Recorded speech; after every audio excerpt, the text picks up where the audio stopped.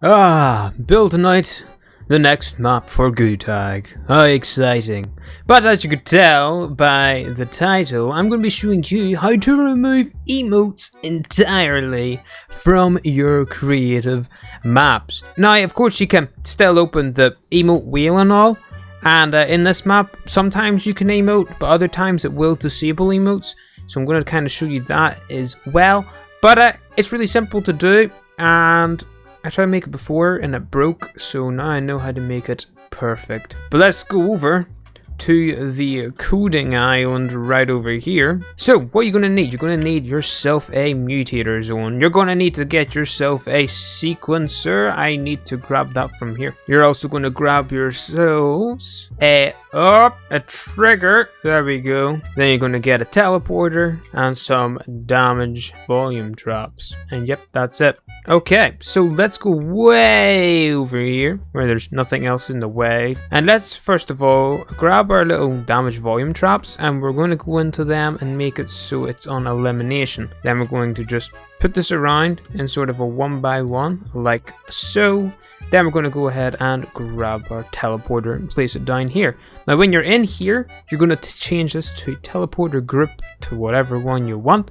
I'm going to do H because I haven't used H, and then change this one to none. Enable during phase all, team, all, this all doesn't matter, but what will matter is effect radius. You're going to want to put this up. I put mine to 1.5. You can put yours to whatever one you want. We keep on going down to this. Activate when receiving from. We're going to change this to 75, just like so. Now it's got that little zone underneath it. We're going to then grab another one here. We'll bring it out of the zone just for now, and we're going to make this none and make this then H right under teleporter target group, and literally keep everything else the exact same except for effect radius. Turn that to off. Once you've got that, just go ahead and put probably 32 grid on and place this right on top, just like barely, right there, yeah, right there, so barely above it, and try and line them up perfectly here. Okay, so that's the teleporters all set up. Now we're going to go ahead, and there's that lovely server time thing. We're going to grab our sequencer, go into it and make looping none, make the tempo way high. I'm going to put mine to 150. Length, we're going to put this to 0.5, and send player information is yes. Start sequence when receiving from 74. Okay, now we're going to go ahead and grab our trigger, place it in there, and make this one 75. So when that goes off once, it's going to trigger that, teleporting us over there. But how do we make it so it does the emote? Well, we're going to place down a mutator zone, and we're going to make it so when player starts emoting, transmit on 74. Let's go ahead and start the game. So mutator zone is right here. You can see the wee effect. You can turn it off if you want. If we emote, it doesn't make us emote, and you can sort of see the stuff trigger. We literally cannot emote. Cannot emote. You can't even hear the thing. Oh, can you? Let me put my volume up. No, you can't even hear the emote go off. So basically what's happening here is if I emote, it transmits this on and sends a signal for me only, which then says that I have triggered this trigger. Now once that trigger says that I've triggered it, it's going to teleport me to both of these sort of teleporters. But once I teleport in that middle one, it also teleports me then to the top one, and sort of just activates me sort of forwards. Not forwards, upwards. So I go up very slightly. I mean, you could probably bring this down even lower. Why? Oh no, not this bug. There's a really awkward bug right now, and you have to respawn your character to set it up again. It's so annoying. Well, let's go back. And yeah, if you want them to teleport even quicker, just move the trigger like right there, and that'll instantly activate it, making sure that there is no noise that happens. Now let's move it up ever so much, that's just below it, and let's see if that actually stops the emote.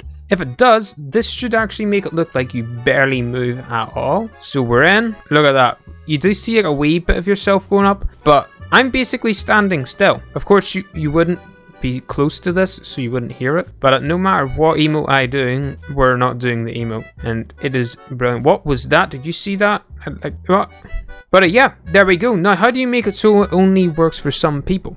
That's pretty easy. All you need to do is just set up two different classes. Class 1, you can emote. Class 2, you can't emote. And to make sure it only does class 2 is you go over to the mutator zone and set it to class 2. So we scroll on down, effects, class 2, only selected. So if we were to start again, we would start as Team 16, or not Team 16, Class 16, because that's what I've got it set as.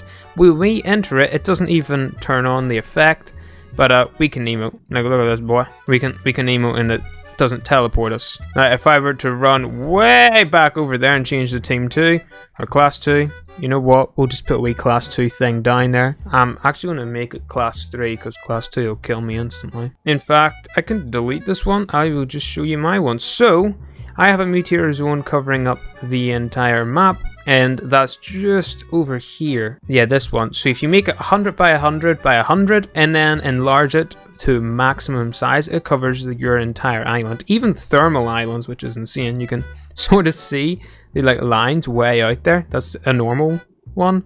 That's a giant one. But I can actually hear the emotes sometimes in my map, so we're gonna redo the trigger right there, and then we're also going to move the teleporters closer because that seemed to still work.